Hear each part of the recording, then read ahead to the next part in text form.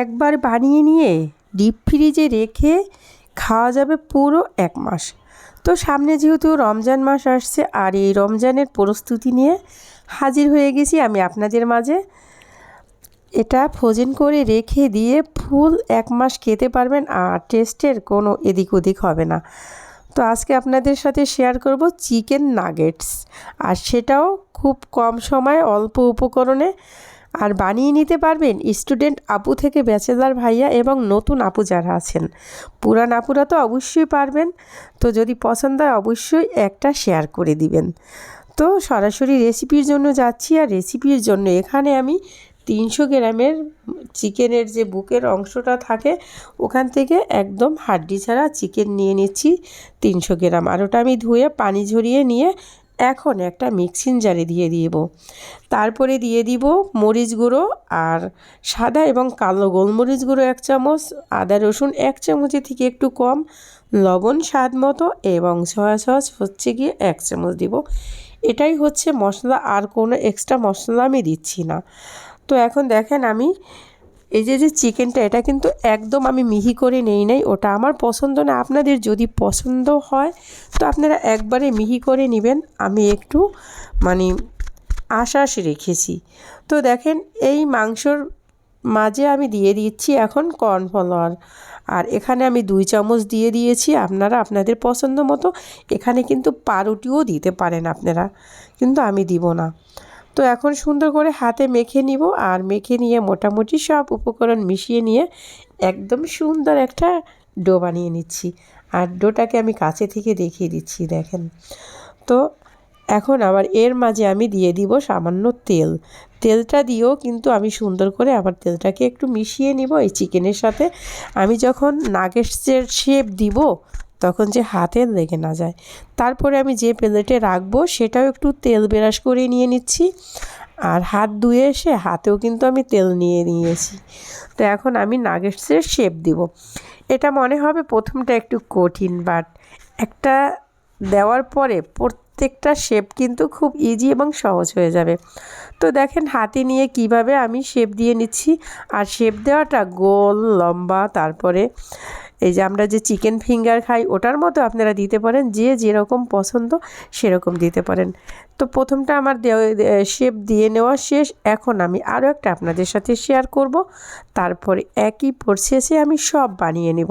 তো দেখেন প্রথমটা আমার কিন্তু একটু কষ্ট হয়েছে, দ্বিতীয়টা কিন্তু খুব ইজিভাবে হয়ে গিয়েছে। আবার আমি কয়েকটা বানিয়ে নিয়ে আর 3-4টা আমি কিন্তু গোল করেও বানিয়ে নেব। তো এটা একবার যদি একটু বেশি করে বানিয়ে নেন, সামনে যেহেতু রমজান মাস আসছে, এই রমজানে আপনাদের অনেকটাই কাজ কমে যাবে, আর বাচ্চাদেরকে নিত্য নতুন এবং ইফতার রেসিপি দিতে পারবেন। আব্বুরা তো কেমন হয় বলেন তো। দেখেন আমার সব বানিয়ে নেওয়া শেষ। এখন যাব পরবর্তী স্টেপ, আর সেটা হচ্ছে একটা বাটি নিয়ে নিব। বাটিতে একটা ডিম আমি নিয়ে নিচ্ছি, আর ডিমে অন্য কিছু দিব না, ঠিক একটু লবণ দিয়ে আমি এখানে ডিমটাকে ফেটিয়ে নেব। তো ডিমটাকে ফেটিয়ে নিচ্ছি।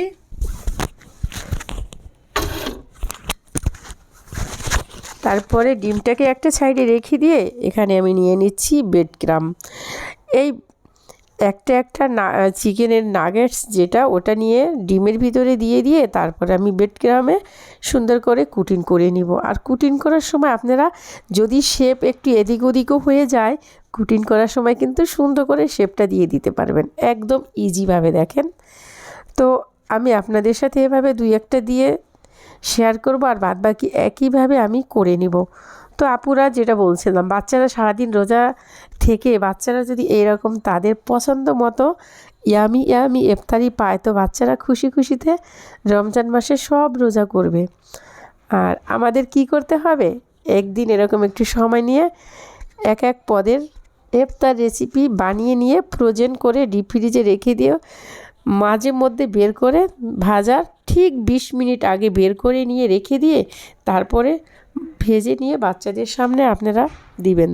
বাচ্চা থেকে বড় সবাই হয়ে যাবে খুশি। তো দেখেন একইভাবে কিন্তু আমি সবগুলো করে নেওয়া শেষ। এটা মনে হয় শেষটা। তো যাই হোক, এটাও আমি করে নিচ্ছি। আর করে নিয়ে আর আপুরা যে যেখান থেকে কমেন্ট করবেন আমাকে মেনশনে জানাবেন, মেনশন করে দিবেন, তো আমি আপনাদেরকে ধন্যবাদ জানাবো। দেখেন এইভাবে, ঠিক এইভাবে আমি ডিপ ফ্রিজে রেখে দেবো। এই যে এইভাবে ডিপ ফ্রিজে রেখে দেবো 6 থেকে 7 ঘন্টা। তারপরে পরবর্তী স্টেপে আমি যাব। তো 7-8 ঘন্টা পরে আমি বের করে নিয়েছি। এখন দেখেন আমি কি করব, সবগুলো কিন্তু এখন আমি একটা বক্সে রেখে দিব। এখন এ পর্যায়ে যদি বক্সে রেখে দিই কোনোটার সাথে কোনোটা লেগে যাবে না। তো এই বক্সটায় ভরে আমি রেখে দিব, যখন আমার প্রয়োজন হবে ঠিক ইফতারের 20 মিনিট আগে বের করে রেখে তারপরে ভেজে নিব। তো দেখেন কাজটা কত সহজ হয়ে গেল, তাই না আপুরা? তো এভাবে আপনারা একবার হলেও বানিয়ে নিয়ে কাজটাকে কমিয়ে রাখবেন। আজকে এই পর্যন্ত, পরবর্তীতে দেখা হবে। খোদা হাফেজ।